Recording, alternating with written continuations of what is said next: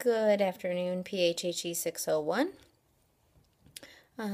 Although you have a few things going on this week, I actually don't think my announcement will be real lengthy. It's all pretty straightforward. Excellent job on quiz 2. I want to say that first of all. You should be able to view your grade in the Grade Center, as well as look back within the quiz what, if any, incorrect submissions you had.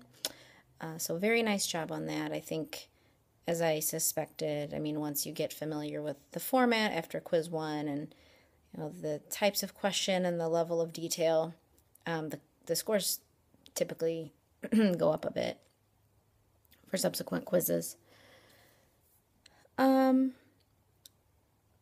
trainings is also listed as being due at the end of this week, and those were opened, I don't know, midway through last week, but I wanted to make sure you had plenty of time for those. There are pretty detailed instructions listed in the assignment of that's called FEMA trainings in the assessments tab. Basically, you're going to read a couple of web pages first to familiarize you with what ICS is, what FEMA is, what NIMS is, for those of you who have not encountered those terms before. And then you're going to take 2 FEMA trainings, and you will submit your certificates from the trainings to me. I have listed this in the instructions, but I want to stress that it can take a couple of days for the certificates to arrive to you.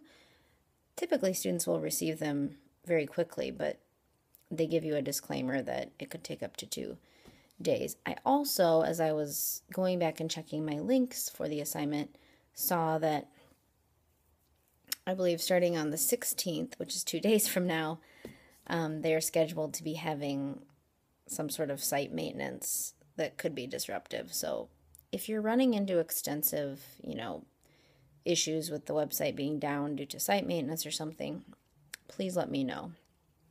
I'm hoping that it won't be a big issue, but we'll just have to see what happens. As you're doing these trainings, please, if you can, think back and maybe even flip back through the the lesson that focused on emergency preparedness. It wasn't possible to put the trainings to be due like that week or the following week because I just felt like the load of assignments wasn't quite right then, since you had your presentations due last week. But still, you'll need to know that information for the final exam, so it's probably good to be reviewing it a bit nonetheless. The third item listed for your assignments due this week is an informal early feedback. And this is just for my own edification and for improving the course. If there is anything that I am able to tweak still before the end of the semester that will help you or improve your learning outcomes, I will do that. I typically do make some change. And then maybe larger things I may save for a future term. But the informal early feedback is also within the assessments. It just asks you a few questions about the pace of the course, things like that, the amount of information presented, things like that, so that it's sort of like a mini course evaluation. It's set up as a survey. You'll see it's called a survey. And what that means is that I'm not able to link responses with individual. So it's anonymous. There's nothing that I can do within Blackboard to drill down to who wrote what. Not that I care.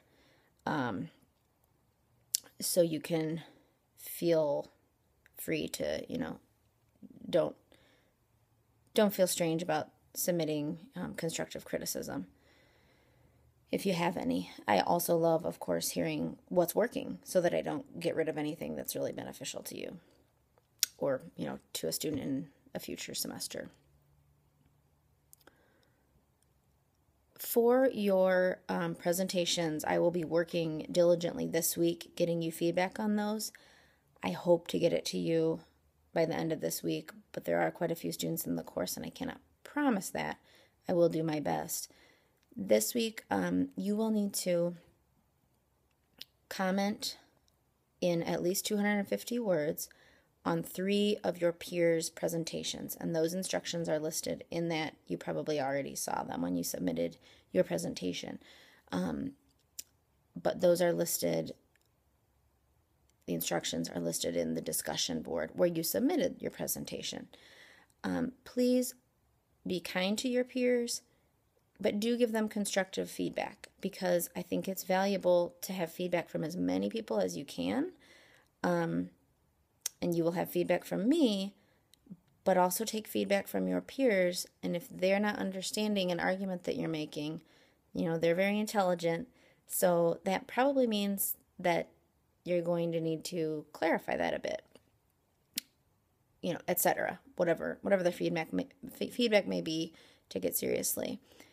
Your feedback can be about the content of the presentation, which will then be helpful for the final issue brief. But it could also be about presentation style, which would not be helpful for the issue brief necessarily, but may be helpful for your peers professionally. So feel free to give that feedback too.